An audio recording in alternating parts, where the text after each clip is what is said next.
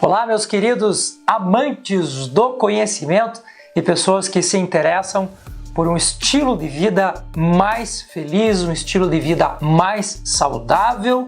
Eu recebo vocês com os braços abertos aqui no nosso canal para que você possa, a partir do conhecimento que você absorve aqui, melhorar a sua vida. E hoje nós vamos falar de um tema muito legal, ainda que pouco conhecido da maioria das pessoas, que são os fatores de transferência. Se você porventura ainda não se inscreveu aqui no nosso canal, eu quero que você, durante esse momento em que a gente toca a vinheta, já faça a tua inscrição, já deixe o sininho ativado, que assim você recebe todos os nossos vídeos e todas as nossas atualizações.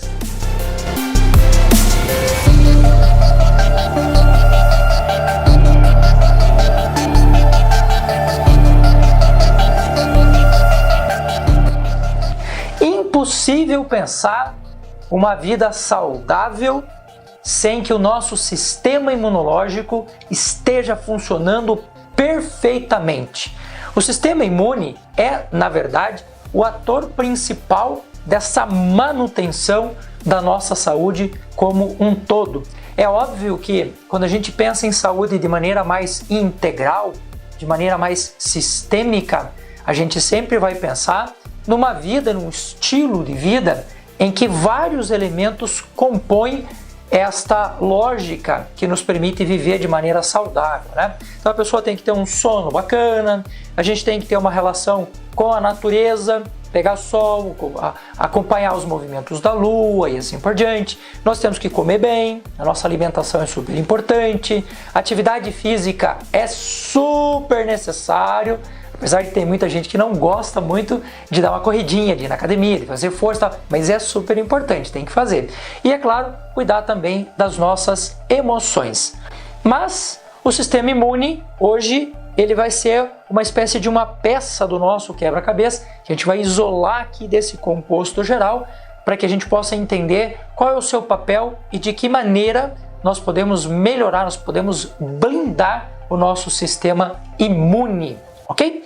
Bom, células do sistema imune são aquelas células que estão, não só células, né, mas proteínas, os anticorpos também fazem parte do sistema imune. Eles estão ali formando uma espécie de barreira 24 horas por dia, tentando identificar células defeituosas, células cancerígenas, patógenos que adentram o nosso corpo. E aí nessa classificação dos patógenos, nós temos muitas coisas para falar, né? Bactérias, fungos, vírus, proteínas mal digeridas, até mesmo as células velhas do nosso corpo podem ser consideradas como patógenos, né? Como elementos que são potencialmente danosos à nossa saúde. E quem é que faz essa varredura? Quem é que está ali sempre observando se o nosso corpo está precisando de uma defesa? As nossas células do sistema imune, o sistema imune como um todo, né? E para que a gente possa compreender como é que esse sistema funciona, alguns conceitos são, eu diria, bem básicos, assim, né? Eu sei que nem todo mundo que está me assistindo é da área de saúde, então acho significativo a gente colocar algumas peças aí no lugar para que você possa compreender a coisa toda, tá? Então nós já nascemos com o sistema imune, e essa divisão, esta parte do sistema imune que já vem conosco, nós chamamos de sistema imune inato. Então existe ali um grupo de células que já vão sendo formadas quando o nosso corpo está sendo formado dentro da nossa mãe, e esse conjunto de informações já vem conosco no que a gente chama de sistema imune inato. Existe um outro tipo de sistema imune, que é o sistema que a gente adquire durante a vida. Então a gente não tinha lá defesas para o coronavírus, o nosso corpo não sabia o que era coronavírus. Então não tem como o nosso sistema imune inato reconhecer esse tipo de coisa. A gente precisa fazer um reconhecimento para que eu possa, a partir dali, fazer uma ação sobre ele. Aliás, os 3 R's do sistema imune, né? Quando a gente vai pensar um sistema imune que está funcionando da maneira correta, a gente costuma dizer que ele tem 3 R's. O R de reconhecer, o R de reagir e o R de relembrar. Então, quando você pega lá um vírus como o do coronavírus, e o corpo diz, opa, isso aqui eu não sei o que é, vai levar um tempo até que você reconheça que ele é um patógeno, mas reconhecido esse patógeno, já vai ter uma reação e as nossas células do sistema imune vão gerar anticorpos, que não são células, são proteínas, a gente já vai falar um pouquinho sobre isso, para que o teu corpo consiga, na próxima vez que esse vírus entrar no seu corpo de novo, você já possa reagir de maneira mais rápida, portanto, ele está na fase do que nós chamamos de relembrar. Beleza? Então, primeiro conceito aí, importantíssimo, para a gente poder entender o sistema imune, já bem consolidado, ok? Segunda parte interessante, dessas células do sistema imune inato, que são aquelas células que já nascem conosco, e dessas células que o nosso corpo aprende a trabalhar, que são as células do sistema imune adquirido, nós fazemos uma pequena divisão, que é pequena aqui do ponto de vista pedagógico, mas do ponto de vista de imunidade é uma coisa que leva-se aí 6 meses, 1 ano estudando, só para a gente entender exatamente como a coisa funciona. Mas enfim, as células do nosso sistema, elas são chamadas de leucócitos. Então, todas as células, leucócitos. Nesses leucócitos, nós temos a divisão em vários nomes. Então, quando você pega lá o seu exame de sangue, você vai ver que está escrito lá basófilo, eosinófilo, monócito, né? Então todos eles fazem parte desse grupo chamados de leucócitos. Mas existe um tipo de célula específica que se chama linfócito. Veja que é fácil a gente confundir leucócito com linfócito, ok? Para você poder entender o que são os fatores de transferência, você tem que entender muito de linfócitos. E nós temos 2 grupos de linfócitos, chamados linfócitos T e linfócitos B. O que os linfócitos T fazem?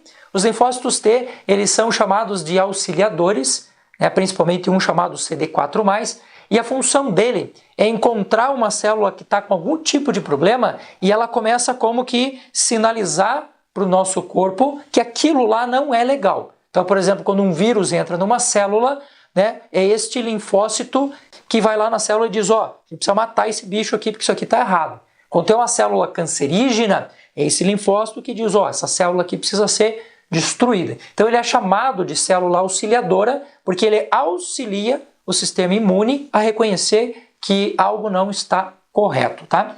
Os linfócitos B, eles são responsáveis tanto por atacar essas células, por fagocitar essas células, por comer elas, por destruir elas, como também por formar o relembrar lá, que é o último R do nosso trio.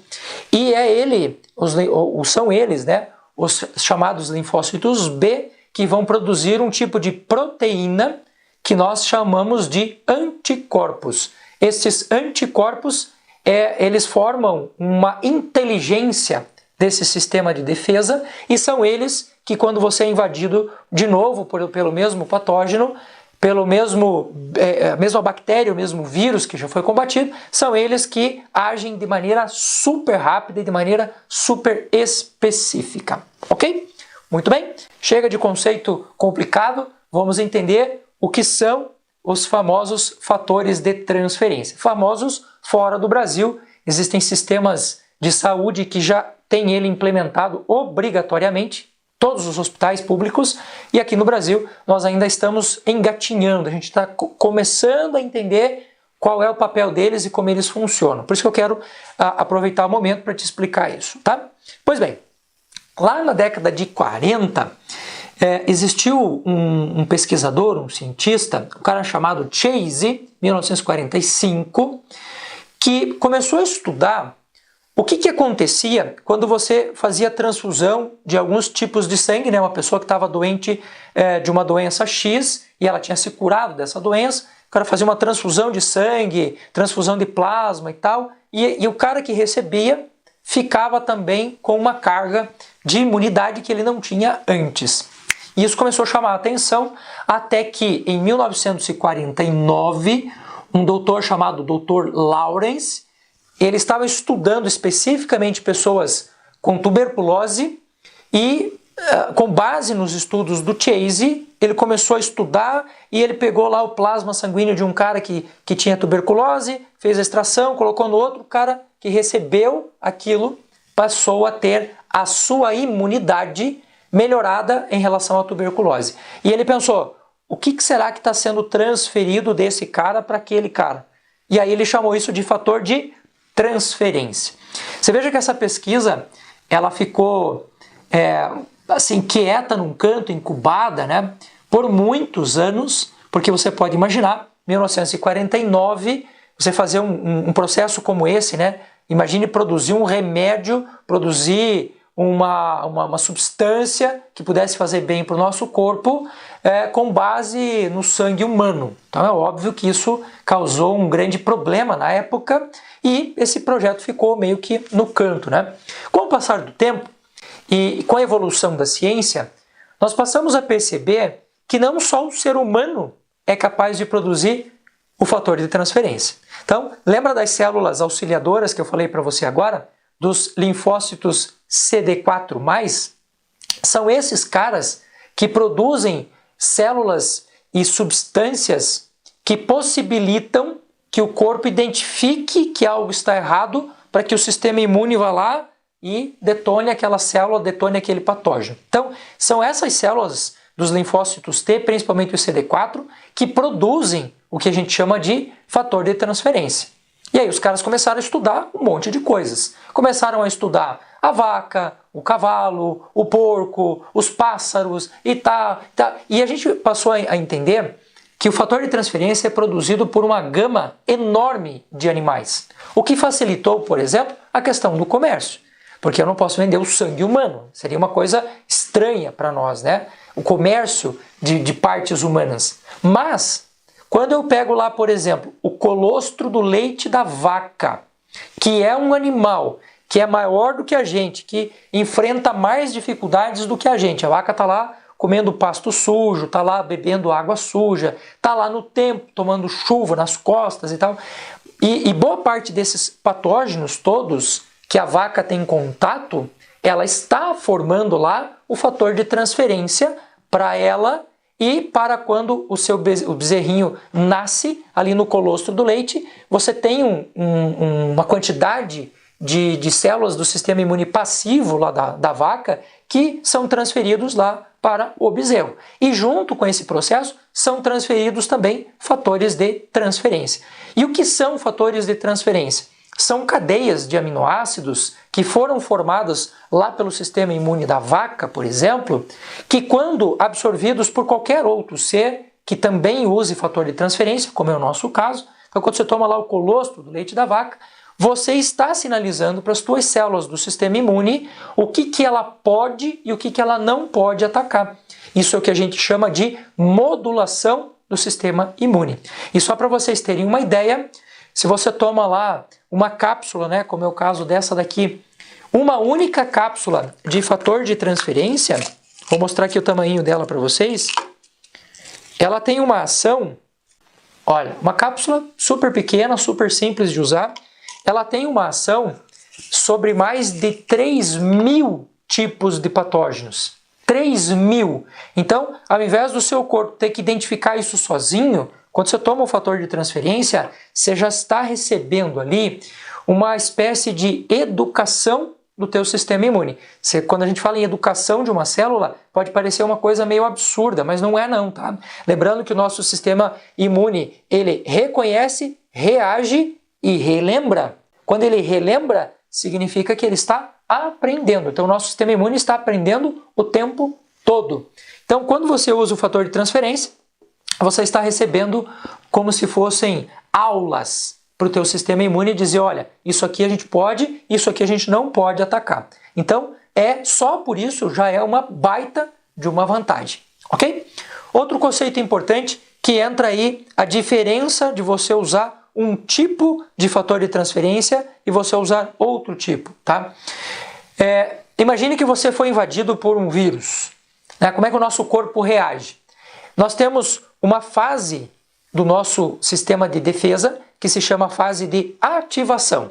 Então, quando você vai, por exemplo, fazer lá um exame, um IgE de alergia, o que você vai perceber? Que o teu sistema imune ele reagiu, ele teve uma ativação muito forte. Só que se ele continuar ativando, isso vai gerar para a gente um baita de um problema. Porque você pode ter, por exemplo, as alergias. Uma hiperativação, uma hipersensibilidade a alguma coisa, algo que não deveria causar uma reação tão forte, mas que causa, como o pólen de uma flor, por exemplo, pode gerar em você uma alergia. Ou você pode gerar uma doença autoimune, que ao invés de ter uma hipersensibilidade a quaisquer tipos de patógenos, o corpo passa a fazer um combate às suas próprias células, que gera psoríase, que gera queda de cabelo, que gera problemas no intestino, artrites, artroses, rinites e assim por diante. Tá? Então essas doenças autoimunes, elas muitas vezes acontecem porque há uma ativação absurda do teu sistema imune e esta ativação ela não para. Por quê? Porque a sequência do processo é ativa, regula, resolve. As pessoas que têm alergia têm só ativação. As pessoas que têm doenças autoimunes têm um processo de ativação muito forte. Então o que a gente costuma fazer em relação ao uso de fator de transferência? Existe um fator de transferência desta empresa chamada 4Life que associa aqui com o fator de transferência o zinco e ele essencialmente nesse caso aqui, tirado de colostro de leite de vaca e de ovos de aves. Então, o que você está fazendo quando você toma o Trifactor Zinco, por exemplo? Você está fazendo essencialmente uma modulação desse sistema. Então, pessoas que têm dificuldades com hipersensibilidade ou são pessoas portadoras de doenças autoimunes, é uma ótima solução para ajudar a fazer esta regulação e a resolução do processo. Existe um outro tipo de fator de transferência que associa também o uso de alguns fungos. Então, tem o colostro do leite da vaca, tem a gema do ovo de alguns pássaros, tem principalmente da galinha e também tem o uso de alguns tipos de fungos. O que este cara aqui faz? Ele age essencialmente na ativação. Por isso que ele se chama, se você olhar aqui no frasco dele, está escrito aqui Transfer Factor Plus. Então, em que casos a gente usa? Casos de pessoas que estão com imunodeficiência, que estão com o seu sistema imune muito baixo. E aí uma pergunta que as pessoas me fazem com frequência é: mas doutor, dá para usar os dois? Sim, é possível usar os dois. Em casos, por exemplo, de pessoas que estão com câncer, você precisa de uma ativação, mas você precisa também de uma modulação. Então, dependendo a critério do nutricionista, porque ele é um suplemento alimentar, ele não é considerado um medicamento, né? Então, não é só o médico que pode indicar. Um nutricionista, um fisioterapeuta, um médico pode indicar, ou você que está me assistindo agora e quer conhecer, quer experimentar o fator de transferência, você pode tranquilamente comprar hoje pela internet. Você não precisa ser da área de saúde necessariamente, mas é interessante que você tenha uma orientação mais precisa para saber quando tomar, como tomar, as horas, as quantidades, né? Então, aí é necessário que você tenha uma orientação. Então, ele não é um medicamento, ele é um suplemento alimentar. Pelo menos aqui no Brasil ele é considerado como um suplemento alimentar. Ele é feito do ovo, ele é feito do leite da vaca e ele é feito do fungo. Professor Júlio, e as pessoas que não podem usar esses produtos porque tem algum tipo de reação, algum tipo de hipersensibilidade? Então, existe até no rótulo dos produtos aqui um indicativo, né, porque a lei brasileira nos incentiva a pôr isto, que diz lá, olha, pessoas alérgicas contém glúten, contém lactose, contém esses derivados todos, né, que podem ser alergênicos. No entanto, essas moléculas elas estão quebradas numa fração tão pequena, eles são nanopeptídeos, que eles já nem se configuram mais como uma proteína do leite ou como uma proteína do ovo, por exemplo. Então, desde a década de 40, né, quando foi entendido, quando foi descoberta a ideia do fator de transferência, até hoje, nós temos pouquíssimos, raríssimos casos que mostraram algum tipo de situação alérgica. É óbvio que a gente tem que cuidar sempre, né? Mas a fração dele está tão pequena que o corpo já nem reconhece mais como uma fração de uma proteína. Então ele pode ser consumido tranquilamente, sem grandes problemas. Quais pessoas não devem usar fator de transferência? Não devem usar. Pessoas, mulheres grávidas, principalmente até o 3º mês de gestação, porque quando você faz uma hiperativação do sistema imune, o sistema pode identificar na criança um patógeno e a pessoa pode ter um aborto por conta disso. Então, mulheres grávidas não devem usar, salvo sob orientação médica ou nutricional.